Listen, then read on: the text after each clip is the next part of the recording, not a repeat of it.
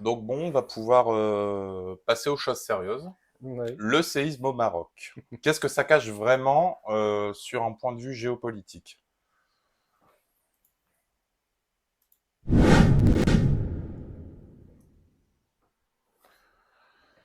Alors, je te laisse commencer, Adam. Ça fait un certain nombre de vues sur Twitter. C'est reparu dans plein de sujets, mais très très vite après les messages de soutien aux victimes, il y a eu le début des réactions vis-à-vis des personnes qui ont réagi pour aider les victimes. Et différentes théories très amusantes, différentes célébrités qui s'amusent à expliquer leur façon de voir les choses et pas autrement. Ouais, enfin, vous voyez, Twitter, c'est quand même amusant parce qu'il y a tellement peu de filtres pour les personnes qu'elles vont, elles vont aborder l'ensemble des sujets et surtout sous tout un panel de points de vue différents.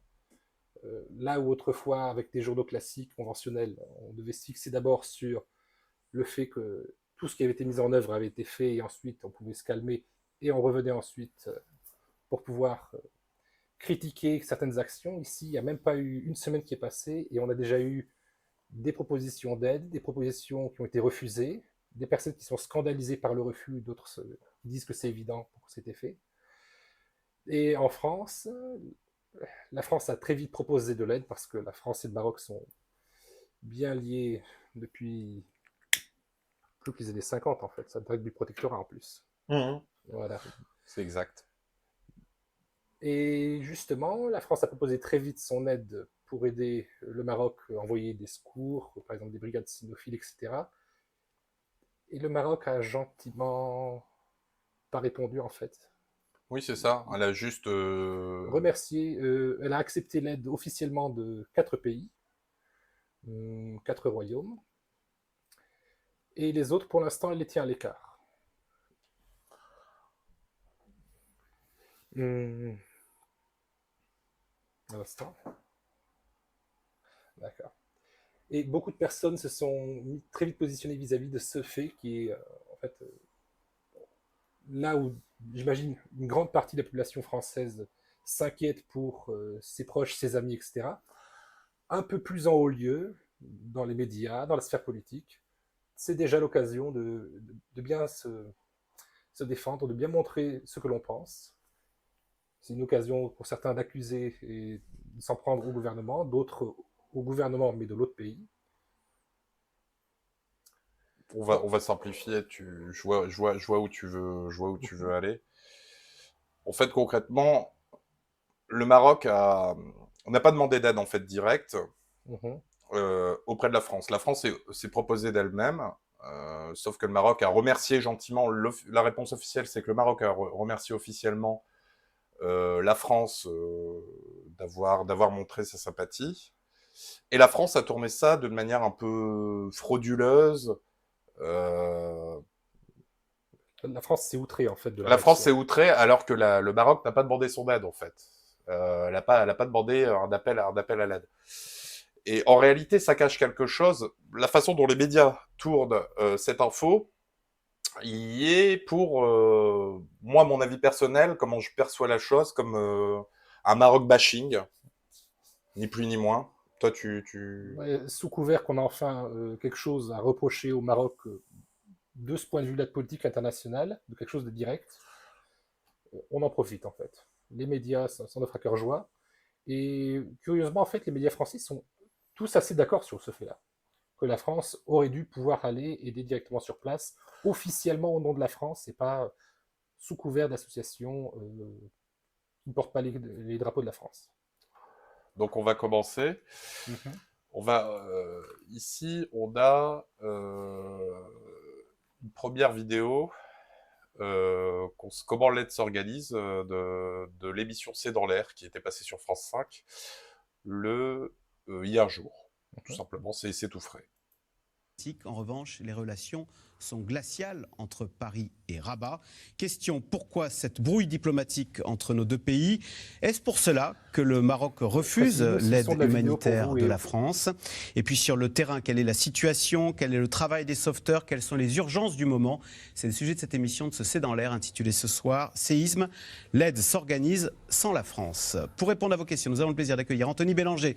Vous êtes éditorialiste international à France Inter. Axel Davezac, vous êtes directrice générale de la Fondation de France. Nathalie Saint-Cric, éditorialiste politique à France Télévisions.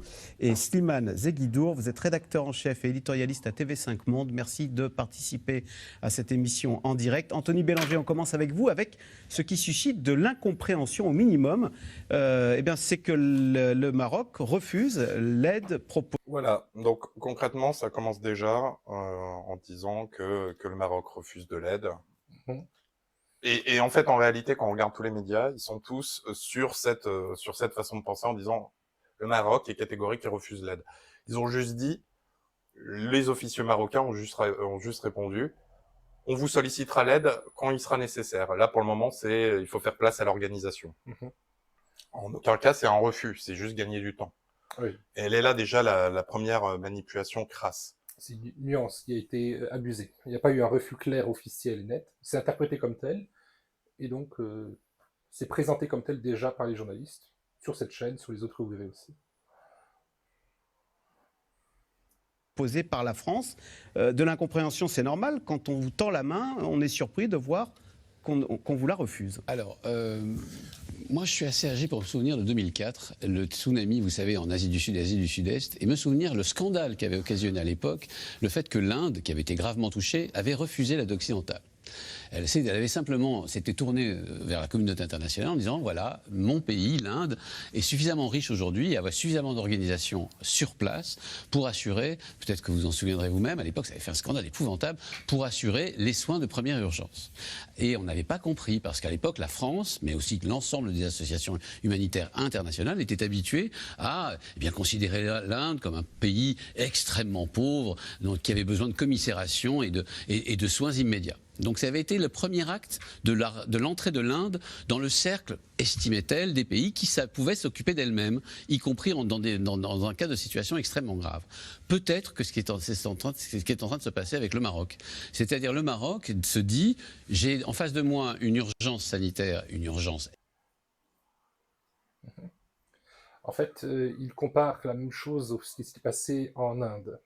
Que l'Inde était un grand pays qui avait subi une catastrophe, mais c'est aussi un pays qui a une façon de gérer ces catastrophes, qui les connaît et qui avait les moyens de pouvoir les gérer. Là, le Maroc a proposé ça en fait comme première version de l'interprétation. En fait, un bilan à peu près de 3000 personnes, d'après les estimations les plus récentes, et ils disent, le Maroc tel qu'il voit la situation, il peut la contenir, il peut la gérer. C'est pas comparable à la Turquie où il y avait eu peut-être plus de 50 000 morts, qui avaient vraiment besoin d'aide sur le plan international. Là, le Maroc estime que, à lui seul, ou plutôt avec l'aide de ces 4 pays qui vont l'aider, il n'y a pas besoin de rajouter personne en plus, de logistique à gérer de façon internationale. Mais c'est l'approche du gouvernement marocain sur ce sujet-là. Et par contre, les autres pays, et en particulier la France, qui s'est refusé le fait de pouvoir aider les personnes, trouve ça insuffisant, parce que la France a une part aussi très émotionnelle dans ça, vu qu'il y a une population marocaine importante en France. Je peux aussi rajouter un truc, c'est surtout une preuve supplémentaire en fait où Macron se fait encore humilier en fait. Depuis déjà un certain nombre de semaines, il subit les humiliations. On pouvait voir il y a quelques mois déjà sa visite en Chine où il est venu avec Ursula von der Leyen, qui est même pas inofficielle en fait, qui a imposé en fait Ursula von der Leyen et où ils ont refusé d'accueillir Ursula von der Leyen dans le protocole officiel chinois. Tu vois, il s'est déjà fait humilier une première fois comme ça, sans oublier son Africa Tour. Où les dirigeants africains sont entre le président burkinabé, entre le président du Congo, qui ont gentiment remis Macron à sa place, les humiliations avec Biden, enfin j'en passe. Et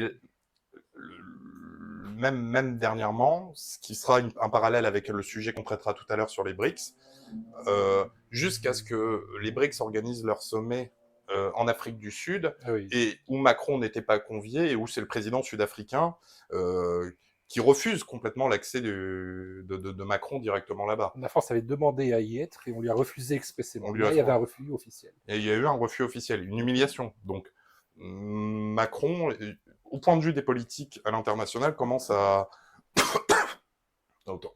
autant pour moi, commence à être humilié. Mhm. Et là, on va passer parce que bon, on va attendre, on va pas s'infliger 1h03 de doxa malfaisante. Mhm. On va aller directement à la réaction de ce que dit le Maroc. Ah oui. Donc c'est une autre vidéo, c'est Samira Sitaï. Mhm. Et voici la façon dont est présenté l'événement du point de vue politiquement correct, mais marocain. Voilà. La façon qui dit que le Maroc, en fait, a fait exactement ce qu'il fallait et que c'est la France qui va trop loin. Et je le sens sur ce plateau par rapport à tout ce qui vient d'être dit, un certain nombre de choses qui ont été dites, et la situation c'est très grave de dire sur un plateau de télévision que le Maroc refuse l'aide d'un pays. Ah non, alors, si vous me permettez... C'est ce qui émane de tout ce qui vient d'être dit. Si vous me permettez... Il est extrêmement grave, c'est même, je considère que c'est un appel à rébellion des populations marocaines. Alors, sur les faits, elle a raison. Il n'y a pas eu de refus officiel de l'aide, mais l'interprétation de ça, l'interprétation pour elle du refus, enfin de présenter ça comme un refus pour elle est plus catastrophique. Je considère que c'est un appel à rébellion des populations marocaines. On est en train de dire aux Marocains, on veut vous aider, mais votre gouvernement ne nous laisse pas vous aider. Je considère ceci comme étant extrêmement grave. Alors, et il va falloir... Si vous me permettez de faire une petite parenthèse... le corriger. Puisque vous m'avez donné la parole, Benjamin. Absolument. J'aimerais pouvoir terminer, puisque c'est un sujet extrêmement sensible. Et je vous laisse terminer dans une seconde, mais juste je fais une parenthèse. L'idée n'est pas de dire que le Maroc a refusé. L'idée est bien de souligner que les autorités marocaines, contrairement à d'autres pays comme l'Espagne, c'est ce qu'on évoquait avec l'ambassadeur, que les autorités marocaines n'ont pas encore répondu aux propositions françaises. Au moment où nous parlons, avec leurs équipes cynophiles sur le territoire marocain. Il y a en effet l'Espagne, avec 57 sapeurs-pompiers. Il y a les Britanniques, contrairement à ce que disait monsieur le courtier, il ne semblait pas en être informé, qui ont commencé à opérer en fin d'après-midi. Il y a les Qataris et il y a les Émiratis. Et à ma connaissance, et effectivement, je rejoindrai monsieur le courtier là-dessus, personne, ni les États-Unis, ni l'Inde, ni la Russie, ni tous les alliés, amis, et même sans être amis dans ce genre de situation, qui ont proposé leur aide au Maroc, ne se sont formalisés de ce que le Maroc dise, écoutez, ça va prendre un moment toute cette histoire. Nous avons... Les personnes se formalisent honnêtement. Je m'excuse, Amandine, si vous permettez. Oui, d'interrogation. Les pays qui ont été acceptés, c'est intéressant. Il s'agit ceux qui ont été autorisés par le Maroc, par extension en fait par le roi du Maroc, Mohamed VI, c'est ça. C'est des royaumes. Le royaume d'Espagne, des Royaumes-Unis, le royaume du Qatar et des Émiratis. Et certaines personnes avaient cette interprétation-là que, en fait, le roi du Maroc savait qu'il recevrait toute l'aide qu'il voudrait avoir, mais il en a profité pour souligner simplement que c'est bien un royaume et que c'est un royaume qui est une formule viable. Parce qu'on reproche souvent, par exemple, au Maroc de ne pas être une république comme l'est, par exemple, l'Algérie, son voisin direct, mais le Maroc tient à affirmer et afficher ça, que c'est un royaume, c'était un roi, droit divin. D'ailleurs, c'est une des choses peut-être qui brouille justement la relation avec Macron, qui lui est un président élu. Là où un roi est jusqu'à la mort présent sur le trône, un président français, par exemple, dure 5-10 ans à tout casser. Donc, s'il ne nous plaît pas à ce moment-là, quand on est roi, on peut se dire, bon, on va attendre que son mandat passe, ça ne durera pas forcément longtemps, et on pourra composer avec ce qui suivra. Pardon. Et justement, c'est comme l'a dit Adam, c'est formaliser beaucoup la France d'avoir vu son aide refusée, alors qu'elle a un lien privilégié par rapport peut-être à l'Angleterre, qui avec le Maroc partage peut-être beaucoup moins d'histoire. L'Espagne, c'est un peu moins important. Mais les Émirats et le Qatar, on comprend pourquoi. Mais c'est ça justement. L'Angleterre, qui est un ennemi de la France historiquement depuis longtemps, même si ce dernier siècle a prouvé qu'on était aussi très proches, s'est vu afficher le droit d'aider. Et alors en même temps maintenant, on a les Français qui en partie se sont vexés de ne pas pouvoir venir en aide directement au Maroc, et une partie de la doxa marocaine qui s'offusque, que les Français s'offusquent de ne pas pouvoir venir en aide au Maroc. Finalement, en fait, c'est un peu comme l'amitié franco-allemande, en fait. Oui, c'est une amitié à sens unique. Enfin, perçue comme telle, c'est de l'amitié, oui, mais l'ami qu'on ne rappelle pas souvent, mais qui vous appelle fréquemment. Voyez. Non, je vais étayer mes faits pour bien expliquer ce que je veux dire par là. Quand je parle de l'amitié franco-allemande, en France, la doxa nous rabâche les oreilles sur l'amitié franco-allemande, mais l'amitié franco-allemande n'existe que du point de vue français. Du côté allemand, il n'existe pas. Tout comme la France pense qu'il y a une amitié franco-marocaine qui n'existe que pour la France. Ah, je suis pas sûr de ce point de vue-là. Enfin, il y a un litige, mais il y a une relation très froide entre le gouvernement marocain et le gouvernement français, alors qu'entre les Français eux-mêmes et les Marocains eux-mêmes, c'est beaucoup plus doux comme relation. Là, c'est vraiment au niveau, j'ai l'impression, si ça n'avait peut-être pas été Macron, ouais, la période de Mohamed aurait été différente. Désolé de te couper, je vois dans le chat, Libellule qui dit « La France est simplement nostalgique de son ère colonialiste ».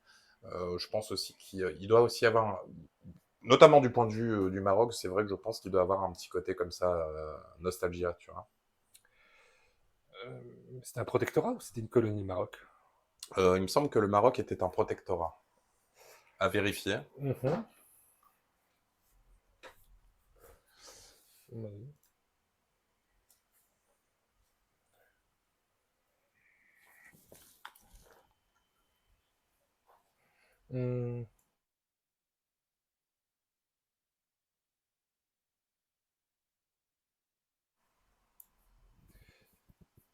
Pour nostalgie, ça signifierait qu'il y avait un temps connu qui était un temps meilleur. La plupart des personnes qui ont connu les colonies ne sont pas forcément nostalgiques. Il y a peut-être une vision. C'était effectivement un protectorat. Donc, protectorat de France au Maroc et le protectorat qui est exercé par la France dans l'Empire chérifien. Il faisait partie de l'Afrique française du Nord, avec l'Algérie française et le protectorat français de Tunisie. Et plus largement de l'Empire colonial français. Alors oui, c'était considéré comme l'Empire colonial français, c'est ça. Mais de là de dire que vouloir porter secours au Maroc, c'est la nostalgie de la colonisation, c'est un raccourci très très rapide, ça. On va reprendre la vidéo pour terminer avec Samira. Je voudrais juste terminer le raisonnement. Si on se formalise, on formule une incompréhension. Le Maroc ne répond pas à la France. Non, ce n'est pas les faits. Cela ne reflète pas les faits. Le Maroc a remercié hier le roi du Maroc, dont d'ailleurs vous parlez de silence. Chacun s'exprime de la manière dont il veut. Il y a ceux qui gèrent leur pays à travers Twitter. Ah oui. Il y a ceux qui le gèrent de manière différente. Donc ce que vous nous dites, voilà. Samira Sitaïl, c'est qu'en fait on voit tout ça avec nos lunettes. Il y a ceux qui gèrent leur pays avec Twitter. Oh putain. C'est tellement vrai. Comment dire, ça serait trop caricatural. De pays occidentaux, alors qu'en réalité, c'est pas la même façon de communiquer. Non, ça serait trop caricatural de le résumer de cette manière, Benjamin. Moi, je reviens à l'aspect purement politique évoqué par Amandine il y a quelques instants.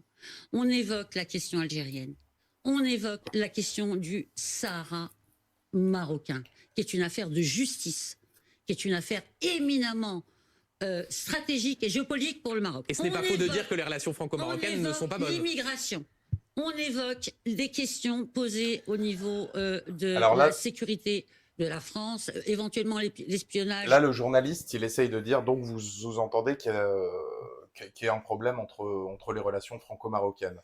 C'est le piège. Il essaye de comme elle attaque son maître Macron, lui, ils se sont obligés de désamorcer en essayant de lui faire avouer en fait quelque chose qui pourrait les mettre dans un piège. C'est fourbe, c'est vraiment fourbe, mais elle est intelligente, elle rentre pas dedans, elle continue, elle rentre pas dans... Enfin, elle énumère quand même. Enfin, du téléphone portable du président de la République. Toutes ces questions nous éloignent du fond de la question, auquel je reviendrai et je ne tarderai pas. Je ne veux pas monopoliser la parole, mais c'est important. Rapidement, parce qu'ensuite, Ronald Guintranche nous attend à Marrakech. Nous y revenons par rapport à cette question lancinante sur ces plateaux de chaînes d'information continue depuis 48 heures. Et on vous pose des questions, cher Samira Sitaïl. Et en vous remerciant pour votre invitation, Benjamin, sur la souveraineté d'un État qui est... Ah, la souveraineté d'un État. Ouais, ça c'est... Ça, c'est la contre-offensive. Et ça, c'est bien de le rappeler. Sommes-nous encore souverains en France? On va pas débattre ça aujourd'hui, mais... On le fera. On le fera sans doute. Qui consiste à dire, mais la France ne répond à la demande du Maroc que si le Maroc exprime une demande. Le Maroc l'a-t-il fait? Le Maroc remercie tous ceux qui se sont proposés en disant, attendez, nous avons un coût, c'est des milliards de dollars qu'il va falloir sortir. Il y a un coût social, éducationnel, il y a un coût patrimonial absolument extraordinaire qu'il va falloir, à un moment donné, que chacun de nos partenaires, de nos alliés, se départissent d'une posture politique pour véritablement et de manière sincère venir, comme le font les ONG aujourd'hui, et personne n'y voit quoi que ce soit. On a l'impression que Cher les Samira Français Sitaïl, on aura le temps. ne sont pas les bienvenus. On aura le temps. C'est totalement faux. Les Français sont les bienvenus. Nous avons des relations extrêmement profondes avec la France. Personne n'a dit le contraire ici. Donc, ce qu'on peut voir, la dernière phrase qu'elle dit, en disant « nous avons un lien profond ». Donc, c'est pour la population française. Donc, il y a une détestation de l'élite française. En sous-texte, c'est ce qu'elle dit à la fin. Oui. La France est liée par le Maroc, par la population, pas par des échanges spécifiques entre les élites, etc. C'est avant tout un lien dans la population. En France, il y a peut-être 1 million, c'est ça, de personnes liées par la famille au Maroc, ou même qui viennent directement du Maroc. Je ne me souviens plus de la proportion, mais en tout cas, c'est une partie non négligeable. C'est pas... c'est un lien, en fait. Et ce qu'on peut voir aussi, donc pourquoi la doxa en France ment sur cette information? Parce que c'est la question qu'il faut se poser. Quel est le but, en fait, de la doxa de désinformer? Là, la doxa est sur le mode défensif. Elle s'est sentie attaquée par quelque chose qui n'était pas une attaque. Ou alors un petit tacle diplomatique. On prend l'Angleterre et pas la France. Mais si la France, si l'élite française veut se défendre de quelque chose, c'est soit qu'elle a quelque chose à reprocher directement au Maroc, soit qu'elle pense qu'elle pourrait se faire reprocher quelque chose par le Maroc. D'accord. Donc, moi, je pense plutôt, qu'elle a plutôt qu'elle pense qu'elle a quelque chose à se reprocher vis-à-vis du Maroc. On reparle de la nostalgie, c'est ça? Non, pas de la nostalgie. C'est pas moi qui utilise ce terme. Hein. Non, moi je pense que par exemple, il y a un gros problème. Ce qu'il faut aussi résumer, c'est qu'une information qui n'est pas traitée en France et qui a son importance, c'est qu'actuellement il y a une guerre secrète entre l'Algérie et le Maroc, notamment pour une reprise de la partie du désert, enfin du Sahara. Du Sahara de l'Ouest, c'est ça? Tout à fait. Parce qu'une partie est conservée par la Mauritanie, et une partie est justement en train d'essayer de... C'est un peu la bataille entre l'Algérie et le Maroc. Sauf qu'on a l'impression que la France a plutôt choisi son camp dans cette guerre. C'est à nouveau les blocs qui se fondaient là. Le Maroc a eu droit à une reconnaissance de ce territoire, par exemple, du territoire du Sahara de l'Ouest, par les États-Unis. Les États-Unis ont décrété que cette partie-là, qui était neutre maintenant, était rattachée directement au Maroc. Et le Maroc est lié maintenant alors au bloc des États-Unis, du moins dans ce type d'influence-là, cette géopolitique. Et les Français ne sont pas très chauds avec l'Amérique en général. Non, carrément. L'influence américaine en France est plutôt chassée. Donc ça ne l'aime pas. Donc si c'était un territoire revendiqué à la fois par le Maroc et par l'Algérie, c'est que la France est plutôt du côté d'Algérie, soit parce qu'elle préfère l'Algérie, soit parce qu'elle en veut plus aux Américains. Donc c'est de là qu'on va engranger aussi sur, apparemment, un sentiment anti-français commence à émerger au Maroc. Sauf que le titre est assez racoleur, quoi. Mais je pense que, effectivement, je pense pas que le Maroc déteste le peuple français. Je pense qu'il déteste l'élite française. Et l'influence française. Et l'influence française. Mm-hmm. Donc on va regarder ce petit passage de ce soir. C'était une mesure vexatoire et qui a été contre-productive. Mais au-delà de ça, c'est-à-dire qu'au Maroc, il n'y avait jamais véritablement eu de sentiment anti-français.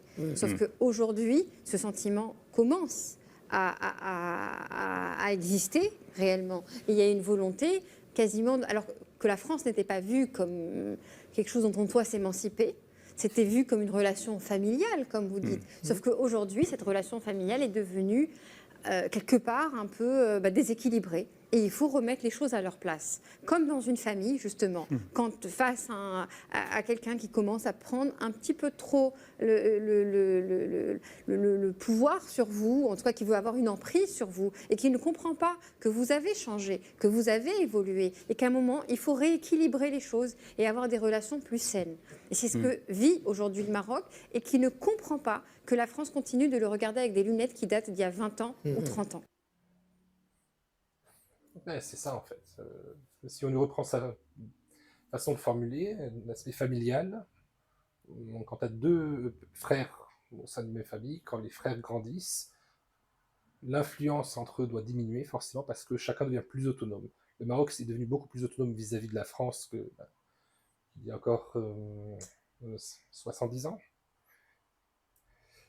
Et c'est aussi ce refus de l'aide française est aussi un signe dans ce sens-là. Ils peuvent décider qui vont les aider, qui ne vont pas les aider.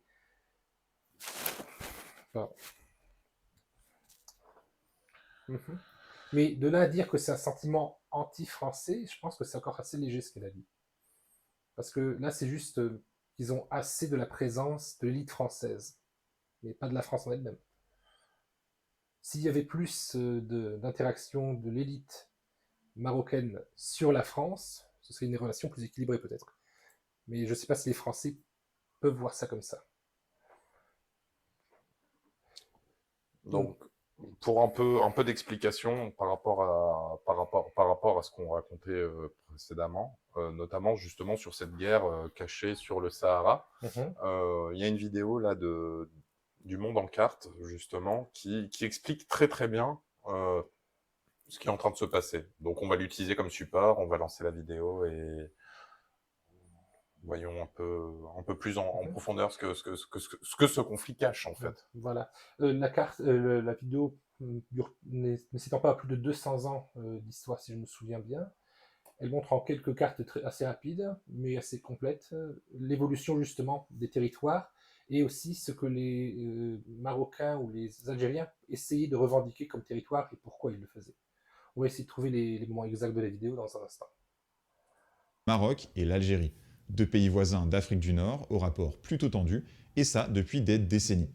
Donc on va essayer de comprendre comment on en est arrivé là, en faisant un peu d'histoire, et voir quelle est la situation aujourd'hui. Mais avant ça, je vais vous parler une minute du partenaire de cette vidéo, Cambly. Adam et Yvan débat. C'est parti. L'Algérie et le Maroc sont deux pays d'Afrique du Nord, comptant respectivement 44,5 millions et 37,5 millions d'habitants. L'Algérie est le plus grand pays d'Afrique en superficie avec ses 2 381 741 km² et le Maroc, quant à lui, fait 446 550 km², ou 710 850 si on inclut le Sahara occidental dans sa partie sud. Sahara occidental qui joue un rôle important dans les tensions qui règnent entre ces deux pays. Le Maroc est une monarchie constitutionnelle, tandis que l'Algérie est un régime républicain avec un président élu au suffrage universel tous les 5 ans. Selon le groupe de presse The Economist Group, qui publie un indice de démocratie tous les ans, le Maroc se trouve à la 95e place et l'Algérie à la 113e en 2021 sur 167 pays. Il y a déjà justement la présentation. L'Algérie est une république avec un président élu pour 5 ans aussi. À vérifier, ça c'est 5 ans aussi.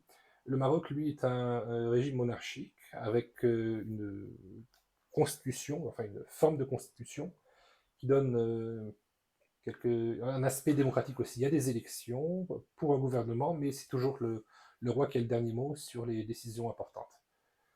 La population aussi est à l'avantage de l'Algérie, et c'est à l'instant, on va trouver le moment. Et là, le Sahara occidental, c'est le Sahara de l'Ouest justement, qui fait l'objet du litige pour le territoire du Maroc vis-à-vis de l'Algérie en fait. Est-ce qu'on peut voir l'histoire de la colonisation, s'il résume assez vite comment c'était. Le but de cette vidéo, c'est de comprendre pourquoi, et comme tout et les régions actuelles par là, il faut remonter un peu dans le passé. Voilà. La conquête du territoire correspondant à l'Algérie actuelle par la France commence en 1830 et continuera de s'étendre vers le sud et les régions désertiques pendant plus d'1 siècle encore. Dans les premières années, le Maroc soutient la résistance algérienne contre la France et des affrontements ont lieu entre les armées françaises et marocaines. Tanger est bombardé et suite à la bataille d'Isly remportée par les Français, le Maroc reconnaît la présence française en Algérie, cesse son soutien à la résistance algérienne et signe le traité de l'Aya Magna qui fixe la frontière entre l'Algérie française et le Maroc depuis la côte jusque dans les montagnes de l'Atlas. On note donc que ces frontières ne s'étendent pas plus au sud et c'est un point important à garder à l'esprit. À l'époque, on ne va pas plus loin car on considère qu'il n'est pas utile de tracer une délimitation dans des zones désertiques qu'on pense inhabitées et impropres à l'agriculture. Puis, en 1884, ce sont les Espagnols, déjà installés aux Canaries, qui débarquent sur la péninsule de Dakhla. Ils souhaitent également avoir un pied en Afrique du Nord. Et sans jamais vraiment pénétrer à l'intérieur des terres au début, les Espagnols signent pourtant un traité avec la France définissant la frontière entre le territoire qu'ils souhaitent occuper et la Mauritanie au sud, sur le point de devenir protectorat puis colonie française. C'est comme ça que naît le Sahara espagnol.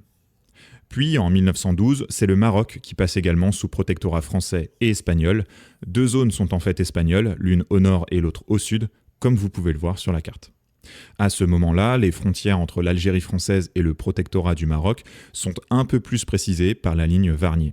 Puis, 26 ans plus tard, en 1938, une nouvelle frontière est tracée, c'est la ligne Trinquet, ayant le mérite d'aller bien plus au sud. Elle englobe dans pour l'Algérie française, la façon dont les Français sont venus sur le territoire et ont envahi progressivement le territoire fait qu'ils ont pu imposer leur type de vision du gouvernement, donc la vision républicaine. Donc en imposant un modèle politique qui est dans le sens français. Alors que quand ça passe sous le protectorat, en général, pas à chaque fois, on reprend la structure, l'organisation qui est déjà présente, les élites, et c'est elle qu'on rachète. Donc c'est plus facile de prendre le pouvoir en s'accaparant les élites qui acceptent alors une décision supérieure, mais qui conservent leur part de pouvoir local. Ce qui fait qu'on conserve, par exemple, l'aspect d'un royaume ou l'aspect d'un émirat. Dans l'Algérie, la région de Tindouf, dont la France a pris le contrôle 4 ans plus tôt, mais que le Maroc revendiquera toujours fermement par la suite. Puis, en 1956, les protectorats français et espagnols sur le Maroc prennent fin, et ce dernier récupère sa pleine autonomie. Aussitôt, des revendications territoriales se font. C'est pour ça, quand le protectorat est parti, le Maroc a conservé directement cette forme de royauté. Entendre dans le pays, se fondant notamment sur le concept de Grand Maroc, devenu populaire dans le pays depuis quelques décennies. Ce Grand Maroc s'étendrait au sud jusqu'aux limites de la Mauritanie et donc jusqu'au fleuve Sénégal, au sud-est jusque Tombouctou, et il englobe à l'est une bonne partie du Sahara algérien. Ce concept de Grand Maroc se base sur la mémoire des grandes dynasties marocaines ayant régné et étendu leur territoire dans le passé, telles que les Almoravides au XIIIe siècle, les Saadiens au XVIe ou encore les Alaouites au XVIIIe. Comme quoi on a tous nos récits nationaux pour pouvoir encourager à avoir une unité plus grande s'il le faut. Et là justement sur la carte qu'on vient de voir, vous voyez tout ce qui, dans le récit marocain, fait partie du territoire marocain. Ça va même au-delà du Sahara espagnol, enfin du Sahara occidental, et ça engloberait aussi la Mauritanie et toute une partie du Sahara, au-delà de celui qui est sur les côtes. Mais là, pour l'instant, ce qui fait l'objet de litige, c'est surtout le Sahara occidental. Qui est mentionné là sur la carte par le Sahara espagnol. Parce que c'est là où il y a de grandes réserves minières, surtout du gypse, c'est ça. Enfin, je ne m'avance pas sur ce qu'il y a là-bas, mais il y a des réserves minières et des exploitations intéressantes, sans parler de l'accès à la mer qui est forcément très important pour le Maroc. Mais si l'Algérie peut avoir ce territoire, elle y aurait accès aussi. Elle n'aurait pas juste à s'enfermer dans la Méditerranée, mais elle aurait aussi un accès sur l'Atlantique. Il y a une autre partie de la vidéo que tu veux installer aussi? Non, parce que je fais plus d'une heure, un instant.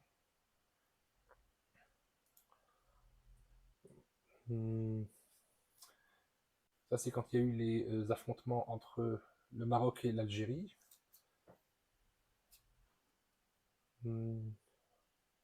À un moment donné, ils ont quand même posé les armes, ils ont... 1963. C'est ça. La partie des Marocains qui vient d'Algérie a été rapatriée donc au Maroc, et la partie des Algériens qui vivent au Maroc a été rapatriée en Algérie. Ça semble bien sur le papier parce qu'on dit que chacun rentre chez soi, mais ce sont des gens qui habitaient sur place, qui considéraient que c'était chez eux. Ils ne faisaient pas une si grande distinction entre ces deux royaumes pour se sentir obligés de devoir déménager. C'est comme les couloirs humanitaires que faisait Poutine en Ukraine pour dire non mais regardez, on va autoriser les Ukrainiens à revenir en Russie parce que là-bas ils seront en sécurité. Sauf que ça crée des trucs comme Butcha, mais c'est un autre sujet. C'est une comparaison extrême, mais c'est pour expliquer que relocaliser des personnes sous prétexte qu'ils sont telle nationalité ou telle nationalité, ça ne fait pas du bien. C'est diplomatiquement discutable.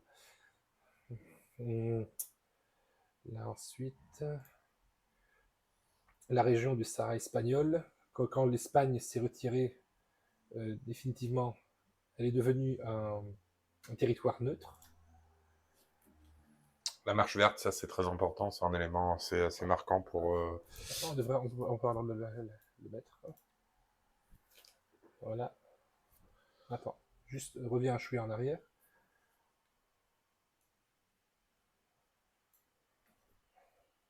Front populaire de libération de la Saguya El Amra et du Rio de Oro. Ce sont en fait les deux noms donnés aux deux régions ou provinces du Sahara occidental par l'Espagne.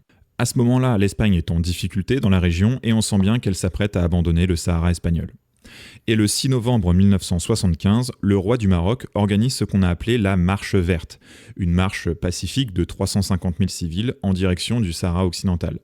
Le but est de prendre symboliquement la région sans lutte armée. Alors symboliquement, car en réalité les marcheurs, forcés de faire demi-tour, ne font pas plus de 15 km avant de revenir au Maroc. Mais l'Espagne, poussée également par les Nations Unies, finit par abandonner le territoire, ce qui laisse un vide permettant au Maroc de l'investir. Via les accords de Madrid, il prend le contrôle des 2 tiers nord, tandis que la Mauritanie occupe le tiers sud. L'Algérie, quant à elle, soutient en revanche une indépendance du Sahara occidental, ne souhaitant pas voir son voisin, adversaire et même ancien ennemi augmenter la surface de son territoire et mettre la main sur des ressources, car le Sahara occidental dispose notamment de réserves de phosphate et également de grandes réserves halieutiques. Voilà, c'est du phosphate concernant les parties. Mais avec cette marche verte, l'Algérie est mise devant le fait accompli. Ne pouvant réellement intervenir militairement, et même si des accrochages entre les armées des deux voisins ont lieu en 1976, elle choisit plutôt la guerre par procuration et décide de soutenir la guérilla du Front Polisario, toujours indépendantiste, qui de son côté continue le combat, peu importe si l'occupant est espagnol, marocain ou mauritanien. L'Algérie... C'est plus facile de qu'au lieu d'affronter directement un autre pays, on soutienne les mouvements qui sont contre ce pays au sein de lui-même.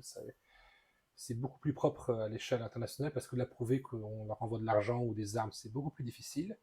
Et ça fait pratiquement le même effet. Et en plus, on se protège de l'effet maquis, où des personnes locales défendent mieux leur territoire qu'une armée d'envahisseurs. Alors que quand c'est un front localisé à l'intérieur, par des forces qui sont déjà présentes, elles sont beaucoup plus efficaces sur ce point de vue. Enfin, quand tu as une armée une armée pour envahir, elle se frotte à la population locale qui, elle, connaît tous les coins, alors que quand tu nourris la force de contestation à l'intérieur de ce territoire, il connaît déjà le terrain. Il sait comment agir, quelles sont les infrastructures, quelles sont les personnes à éliminer au besoin. C'est pour ça, c'est plus propre pour l'Algérie, ça a été plus propre en tout cas, de nourrir le FP comme ça, plutôt que d'attaquer elle-même. Le résultat est déjà meilleur. Pas statistiquement, mais tactiquement. Parce que on va pas terminer la vidéo, mais je pense que le plus important, on commence. Donc, on va terminer sur cette vidéo en énumérant qu'il y a eu cette fameuse marche verte, qui officiellement, comme c'était un territoire neutre, il n'y avait personne pour s'opposer. Personne pour s'opposer, donc ça devient le territoire marocain. À mes yeux, pour moi, il est marocain. Il a été reconnu comme marocain. Mais la population n'est pas exclusivement marocaine sur ce territoire. Non, c'est certain. Il y a... D'ailleurs, il y a même des propositions de référendum pour déterminer à la population de choisir s'il veut être un pays autonome, s'il veut être attaché au Maroc ou d'autres choses. Mais comme pour tous les référendums, en fait, chaque pays dit comment il veut l'organiser, qui doit avoir le droit de vote et qui n'a pas le droit. Et chacun avantage toujours son camp dans ce genre de choses. Donc. Après, on précisera aussi encore que l'Algérie, par exemple, est une force pétrolière. Oui. Elle a des ressources et elle peut en vivre de ça. Ou en tout cas, elle en a vécu un certain temps. Tandis que le Maroc, à l'exception justement de cette partie... Gazier aussi, ils ont aussi des ressources gazières aussi en Algérie. C'est ça. T'as dit pétrolière. Pardon, gazière. Dans tous les cas, le Maroc, lui, a beaucoup moins de ressources naturelles qu'il pouvait exploiter avant que ce territoire lui soit confié diplomatiquement. C'est pour ça que pour le Maroc, s'il gagne ce territoire officiellement, c'est une aubaine, alors que l'Algérie, c'est pas juste qu'elle veut avoir ses ressources, mais qu'elle ne veut pas que le Maroc ait ses ressources, parce qu'il deviendrait un adversaire économique trop important à ce moment-là. Continue. Donc, après, aussi, ce qu'on peut remarquer, il semblerait par rapport aux décisions d'Emmanuel Macron depuis un dernier temps, qui sont en faveur de l'Algérie. On voit par exemple son excuse pour la colonisation en Algérie d'il y a quelques mois. On voit aussi une préférence algérienne que marocaine. Et notamment, ça se traduit sur l'accord de visa, ou le refus de visa. Macron a, depuis le début, été très pro-algérien. On ne pensait pas que ça impliquait d'être anti-marocain ou contre le Maroc. Jusqu'à présent, il n'y avait pas ce genre de choix à faire pour Macron. Mais il défend aussi, c'est le modèle républicain. Donc forcément, il appuiera forcément l'Algérie plutôt que le Maroc, qui est la monarchie, c'est ce qu'il déteste. Pas forcément, ça dépendrait peut-être de la taille et de la richesse du pays. Mais pour la configuration Algérie-Maroc, l'Algérie, elle a les ressources et elle est républicaine, donc forcément, elle a un plus pour lui. D'accord. Ça clarifie un élément que je ne connaissais pas. Donc, Algérie, Macron veut être plus souple sur l'immigration choisie. C'est un article de TV5 Monde, un média de gauche, forcément. Donc, je sais même pas sur quoi ils sont positionnés. Je sais pas, quand je lève la main gauche, à l'écran, ça lève la main droite. Vous voyez comment c'est. Ah, tu es de droite, en fait. Ah, Émile Louis nous dit qu'on est des collabos. On collabore ensemble, c'est vrai. C'est vrai, on collabore ensemble. Ouais, c'est un petit malin. Donc, Emmanuel Macron souhaite travailler ensemble avec son homologue algérien, Abdelmajid Tebboune, sur la question des visas. Ce vendredi 26 août 2022, dans le cadre de son déplacement à Alger, le président français déclare vouloir être plus efficace dans la lutte contre l'immigration clandestine et en même temps plus souple sur l'immigration choisie. Au vu des derniers éléments depuis 2022, j'ai un doute que... On clarifie quel élément? Notamment le non-respect des OQTF qui augmente. Bon, non, on va pas clarifier ça, mais... Enfin... Mais on voit que de toute façon, on a une immigration économique, une nouvelle forme d'immigration économique algérienne qui commence à arriver de plus en plus sur le territoire francophone et qui en aucun cas cette question. Donc, bon, je reprends la lecture. Donc, la question des visas, une source de tension entre les deux pays. La question des visas fait partie des sujets sensibles et source de tension entre les deux pays, reconnaît Emmanuel Macron à l'occasion d'un point de presse ce vendredi 26 août 2022. Le président français affirme en avoir longuement parlé hier jusqu'au milieu de la nuit avec son homologue algérien. Nous avons mandaté nos ministres et le sujet doit donc avancer dans les prochaines semaines et prochains mois, affirme le président français. En novembre 2021, Paris avait réduit de 50% le nombre de visas accordés à l'Algérie et au Maroc en raison du refus de ces pays du Maghreb de délivrer des laissez-passer consulaires nécessaires au retour des immigrés refoulés de France. L'Algérie avait alors aussitôt dénoncé une décision unilatérale sans consultation préalable avec la partie algérienne. Le ministère des Affaires étrangères algérien avait ensuite qualifié la décision d'acte malencontreux qui frappe la précarité et d'incertitude, un domaine sensible de coopération entre les deux pays. Le Maroc avait également déploré une décision qualifiée d'injustifiée. Donc une petite vidéo sur les chances pour la République. Des menaces, la France est passée aux sanctions. Emmanuel Macron a décidé de diviser par deux le nombre de visas délivrés pour l'Algérie et le Maroc et une réduction de 30% pour la Tunisie. C'est une décision drastique, c'est une décision inédite, mais c'est une décision qui est nécessaire, qui est rendue nécessaire par le fait que ces pays n'acceptent pas de reprendre des ressortissants que nous ne souhaitons pas et que nous ne pouvons pas garder en France. Au Maroc, cette mesure ne passe pas. Le chef de la diplomatie parle d'une décision injustifiée. Et c'est aussi le sentiment général dans la rue. Nous considérons au Maroc que cette décision est une répression contre les Marocains et contre la liberté de voyage et de mouvement. On va avoir beaucoup d'étudiants qui veulent aller faire leurs études en France, qui ont fait la mission ici, et on va leur refuser le visa. Même réaction en Algérie, dont beaucoup de citoyens possèdent de la famille en France. Cela va mettre beaucoup de gens qui sont dans l'obligation de se rendre en France dans le pétrin. La mesure est vue comme punitive et ce sont les citoyens du Maghreb qui en supporteront les conséquences. On va porter atteinte au regroupement familial, au droit des personnes de vivre en famille. On va porter atteinte au... Le fameux regroupement familial. Je ne vais pas m'en plaindre, j'ai été avantagé pour ça. Oui. Enfin, mes frères et sœurs. Mais c'est pas pareil. C'est pas pareil, c'est différent. Non, mais en vrai, c'est différent, c'est un cas différent. Aussi à la grandeur de la France à travers le nombre de visas pour les étudiants. Le président de la République française, Emmanuel Macron, parle de rebattre les cartes de la diplomatie française en Afrique. Voici 3 pays du continent qui sont... Oui, Julien, je suis tout à fait d'accord avec toi. À qui on va refuser de manière complètement arbitraire du droit d'avoir des visas pour faire pression en fait diplomatiquement sur leurs États. Une posture de fermeté du gouvernement français sur les questions migratoires, alors que les élections présidentielles françaises sont prévues dans un peu moins de 7 mois. Il y a une chose très amusante, très intéressante plutôt à noter, c'est le fait que de ne pas accorder des visas est considéré comme de la répression.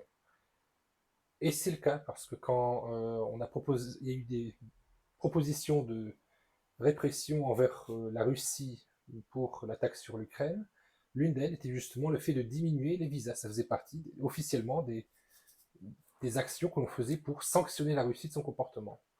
Donc, si la France dit que c'est une sanction pour la Russie, donc quand elle le fait pour l'Algérie, le Maroc et la Tunisie, il s'agit aussi de sanctions qu'elle applique envers eux parce qu'ils ne font pas la politique qu'ils veulent. Là, en l'occurrence, le prétexte pratiquement officiel, c'est qu'il refusait les OQTF, c'est ça? Non, le rapatriement de ressortissants français qui étaient déboutés sur le territoire, en fait. Voilà. Oui, il s'agit de sanctions diplomatiques qui sont appliquées, et comme d'habitude, c'est au niveau des élites qu'on présente le comportement que l'on souhaite, et pour se taper dessus, en fait, on s'en prend à la population d'en bas. Donc, du coup, le Maroc a été beaucoup plus affecté, s'est senti beaucoup plus blessé de cette décision que l'Algérie. C'est là qu'on va rebondir sur le nouvel article qui est sorti. Fin de la crise des visas entre la France et l'Algérie qui reprennent une relation consulaire normale. La France a rétabli avec l'Algérie une relation consulaire normale, a annoncé Gérald Grosmalin depuis lundi.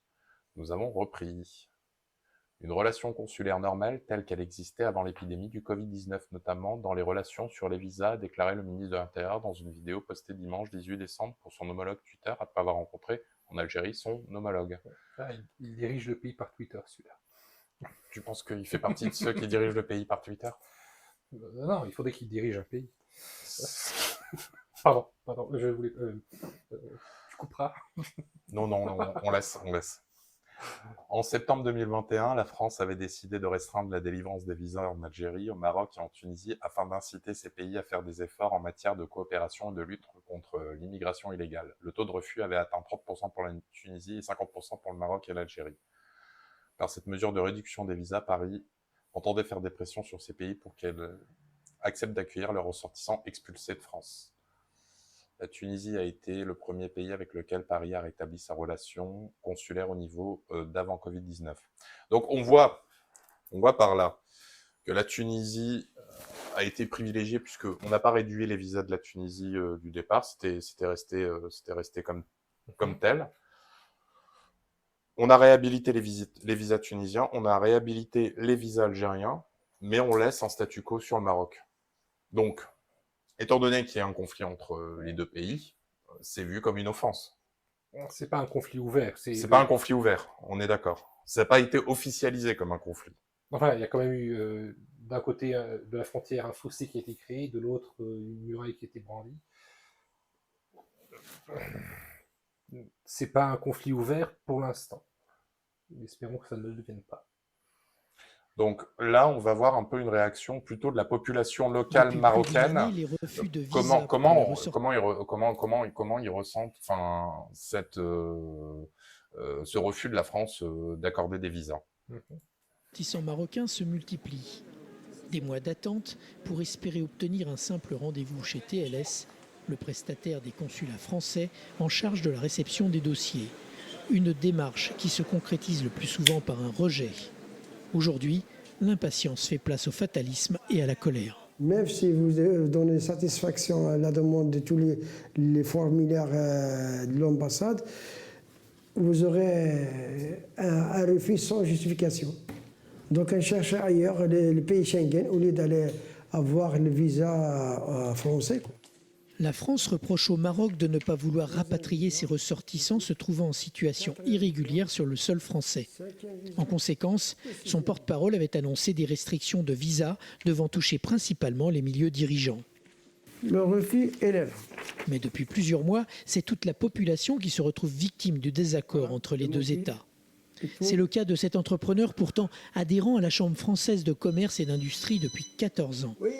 Malgré l'attestation de l'organisme certifiant qu'il fait partie d'une délégation pour un salon professionnel à Paris, son visa lui a été refusé et les 1 600 € déposés à la Chambre de commerce pour ce voyage ne lui sont pas remboursés.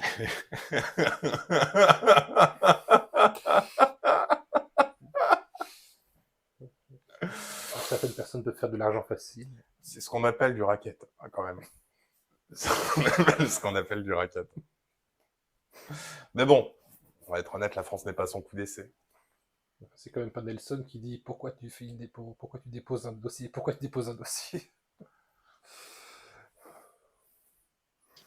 Et après le refus, j'ai adressé un recours à la commission de recours de décision de refus de visa en France. J'ai envoyé ça par lettre recommandée avec accusé de réception.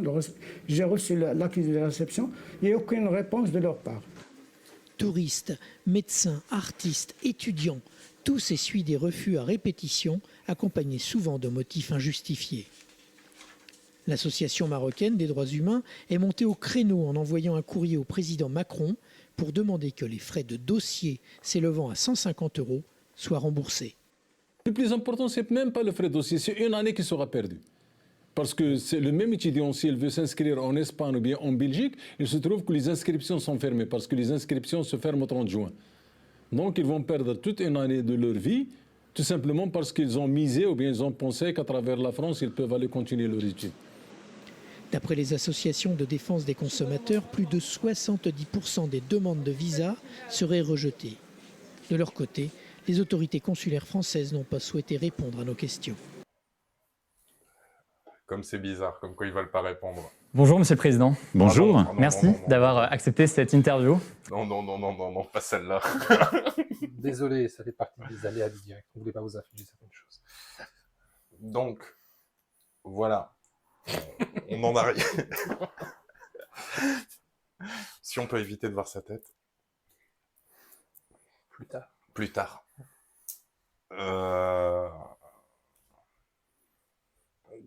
Donc, voilà ce qu'on peut en conclure, c'est que peut-être les relations avec la France et le Maroc sont peut-être plus compliquées qu'elles ne paraissent sur le papier. Là, par rapport à vous, on va prendre un petit temps par rapport au chat. Si vous avez des questions, on va prendre 10 minutes avec vous pour répondre à vos interactions. Qu'est-ce que vous pensez de cette situation, en fait? Parce qu'on voit qu'il y a eu... On va commencer par une question ouverte et puis on va... Enfin, d'abord, résumons en fait par toutes les étapes qu'on est passées. Par rapport à l'actualité, la France s'offusquait que le Maroc refuse certaines de ses aides. On voit que c'est quelque chose qui se répète à une plus grande échelle par rapport au niveau des visas. Cette fois-ci, c'est la France qui les refuse au Maroc. Il y a ce conflit qui naît entre l'Algérie et le Maroc qui date déjà de plusieurs générations maintenant, qui commence à devenir vraiment très lourd pour les deux pays, parce que le Maroc, lui, a l'aide des États-Unis du point de vue diplomatique, l'Algérie, elle a la France.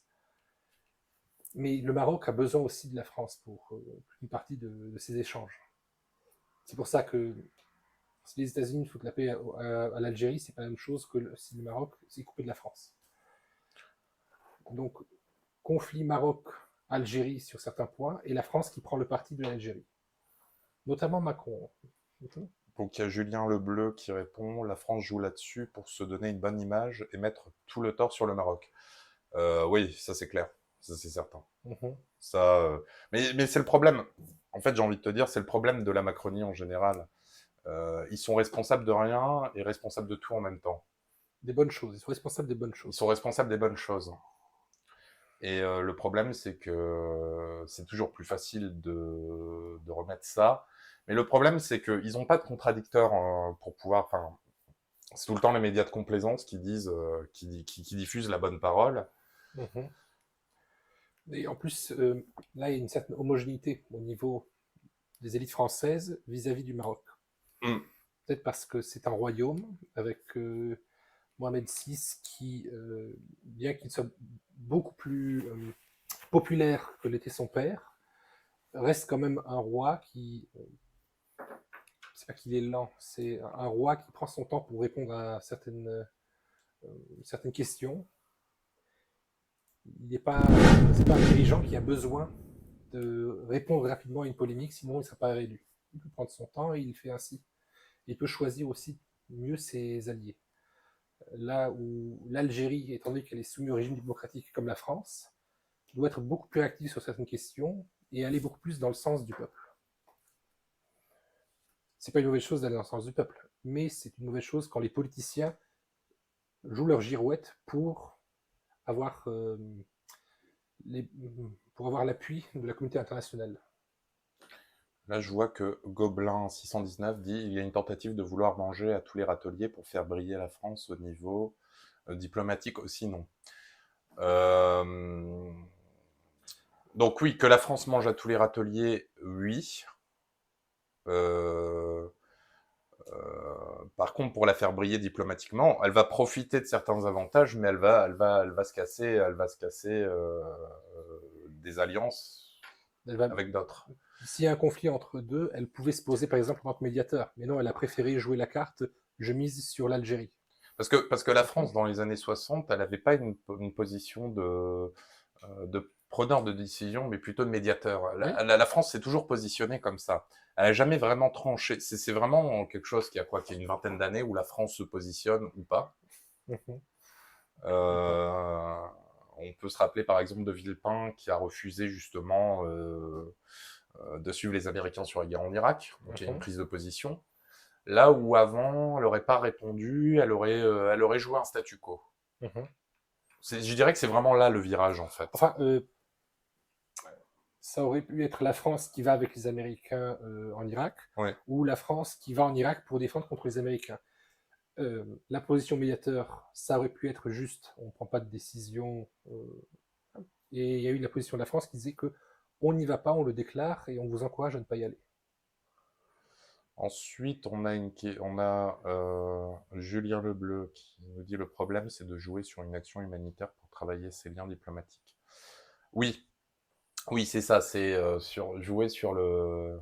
On est les gentils, c'est les méchants, et patati patata, quoi. Oui, la France aurait pu profiter de son aide au Maroc pour dire « Regardez à quel point nous sommes bons, nous envoyons des gens, du matériel, des nourritures, on est des amis. » Libellule 1986 dit « c'est de l'image », je comprends pas forcément tout dans ce message. Émile Louis dit « au-dessus de 14 ans, c'est dégueulasse », point d'interrogation, affirmation de Frédéric Mitterrand, vrai ou faux? Est-ce que Frédéric Mitterrand pourrait dire ce qu'il pensait par là? C'est vrai. Laissons la parole à Frédéric Mitterrand qui s'explique. On ne peut pas parler en son nom. Libellule, par contre, valide en disant vrai. Vu que Macron est détesté dans son pays, il essaie de se donner une bonne image à l'international, car il ne faut pas oublier qu'il est passé pour un con avec le conflit ukrainien. Mais le problème, c'est qu'il n'a pas passé pour un con que sur le conflit ukrainien. Il commence à l'accumuler, ce que je disais précédemment. Il s'est fâché avec toute l'Afrique. La situation en Afrique, elle est en train de l'échapper. Tous les pays, on va dire, anciennes colonies françaises, commencent à se révolter contre la France. Les ambassades sont pris de siège en ce moment. C'est que la France n'est pas dans sa meilleure position à l'échelle diplomatique et Macron n'a pas peut-être les épaules pour gérer ça. Il devrait être un peu plus humble, faire preuve d'un peu plus d'humilité, je pense, sur les situations. Le problème, en fait, ce qu'il fout tout le temps, moi, ce que j'ai remarqué, à chaque fois, c'est tout le temps ces petites phrases faciles. Mais ce sont des phrases qui sont là pour charmer des investisseurs. Oui, mais bon, enfin... Mais on ne va pas en Afrique pour chercher des investisseurs. Non. On va en Afrique pour amener des investisseurs. On y va pour investir, mais pas pour... Justement, alors que Macron, par exemple, dans les pays scandinaves, quand il y allait, ça marchait bien au niveau de la presse, etc. Bon, il allait en Angleterre aussi. Diana Prince 61. Tout le monde se fout déjà de sa gueule. Oui, bah oui, ça c'est certain. C'est une bonne théorie pour Gobelin. Faites attention, tu vas être mis sur écoute, Yvan. Peut-être. J'assume. Alors, juste Yvan. Tu veux pas venir avec moi? Tu veux pas être mis sur écoute? Gobelin 619. Il tente de se rattraper, mais c'est trop tard. Ouais, c'est déjà... Enfin, c'est jamais trop tard, en fait. Je pense que c'est jamais trop tard, mais il faudrait voir les choses différemment. Tu dis ça pour la forme, il n'est jamais trop tard. Ça aussi, c'est une petite phrase comme ça. Non, mais c'est vrai, vraiment. Je pense. Pas trop tard. Ben, il faudrait qu'il change de vision, mais le problème, c'est que bon, moi, je pense qu'il y a quelque chose de pathos chez cet individu, donc le remettre en question, ça va être très compliqué, en fait. Non, faut avoir l'espoir que peut-être, potentiellement, on aura un prochain politique aux prochaines présidentielles qui pourra remettre un peu plus d'ordre à ce niveau-là sur les relations internationales, quoi. Et qui s'en sortira beaucoup mieux, mais je pense que bon... On a eu Sarkozy, ensuite on a eu Hollande... Ah, Sarko n'était pas mauvais hein, sur le point de vue international. Justement, on a eu Sarkozy que les gens étaient d'accord avec lui ou pas, lui accorder une certaine présence. Ensuite, on a eu Hollande, qu'on lui accordait le fait qu'il présente bien en France pour certaines personnes. Maintenant, on a Emmanuel Macron. La courbe de progression dans l'inverse. Enfin, c'est pas en faveur d'un prochain président. Il y aura beaucoup à faire là. Alors, Julien Lebleu, non, je ne suis pas d'accord. La France n'est pas détestée, mais c'est le gouvernement et l'élite, comme les groupes Total, Bolloré, qui pillent l'Afrique depuis des années. Alors, oui, mais le problème, c'est que, effectivement, le problème, c'est que dans ces pays-là, la doxa encourage la population à détester l'élite, puisque justement les élites se détestent et on essaye de conditionner la population. On déteste les peuples comme ça, en fait. On finit par détester les peuples par l'élite. C'est toujours comme ça. Quand il y a des groupes comme Total qui vont dans certains pays africains, ils y vont pour faire du business, mais c'est la France qui laisse faire. Parce que la France pourrait dire allez ici ou allez là, elle pourrait encourager ou pas. Mais quand tu as un grand groupe qui va y aller, c'est parce qu'il a l'appui en partie du gouvernement. Ce sont les grands contrats qui sont signés, par exemple, quand tu as une visite présidentielle dans tel ou tel pays. Et c'est pas la France qui est testée, mais le gouvernement qui aide justement ces groupes à se développer dans cet endroit-là. Mais ces gouvernements, eux, ils le voient comme ça. On les a élus. Pour eux, si c'est un pays démocratique, on est responsable aussi de nos gouvernements. Ils ne peuvent pas continuellement faire les différences entre le gouvernement français et les Français. À la force, ils disent, si vous êtes dans un pays libre, c'est vous qui les avez choisis, donc c'est vous qui nous les imposez. Alors... Non, ça, on lit pas, Émile Louis. Émile Louis, t'es un peu coquin quand même. Il y a des trucs un peu tendancieux quand même, hein, des fois. Ouais, mais il faut pas oublier ce qu'a fait Sarkozy en Libye. Oui, c'est vrai. C'est vrai. Notre Libye, c'est notre Irak à nous. Mais après, même si je cautionne pas ce qui a été fait, moi j'ai juste envie de dire ça, c'est un move politique, quoi. Fallait quand même le faire, quoi. Hollande était assez mollasson comme président pour Gobelin. Oui, bon, je pense que... C'est ce qui fait qu'on ne pouvait pas le détester. Ah, il y a des choses. Si on valide le terme mollasson, on ne pouvait pas le détester, un mollasson. Mollasson, on ne déteste pas. Le temps est Mossad. Macron finira dans une boîte bien payée et ça sera les Français qui vont en subir les conséquences de sa politique. Oui, ça, je suis d'accord avec toi. Je suis d'accord avec toi, le temps est Mossad.